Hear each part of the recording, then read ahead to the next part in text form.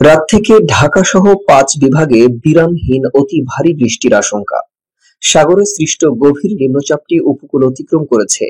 বৃহস্পতিবার ২৯ মে সন্ধ্যায় এটি স্থল গভীর নিম্নচাপ আকারে সাতক্ষীরা ও তৎসংলগ্ন এলাকায় অবস্থান করছিল। এই স্থল গভীর নিম্নচাপটি আরও বৃষ্টি ঝরিয়ে উত্তর ও উত্তর পূর্ব দিকে অগ্রসর হয়ে ক্রমান্বয়ে দুর্বল হয়ে যেতে পারে বলে জানিয়েছে আবহাওয়া অধিদপ্তর।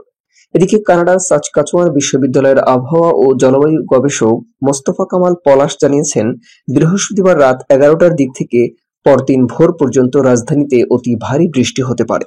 এক ফেসবুক পোস্টে তিনি জানিয়েছেন, ঢাকা শহরের উপরে খুবই ভারী বৃষ্টির আশঙ্কা করা যাচ্ছে আজ সারা রাত।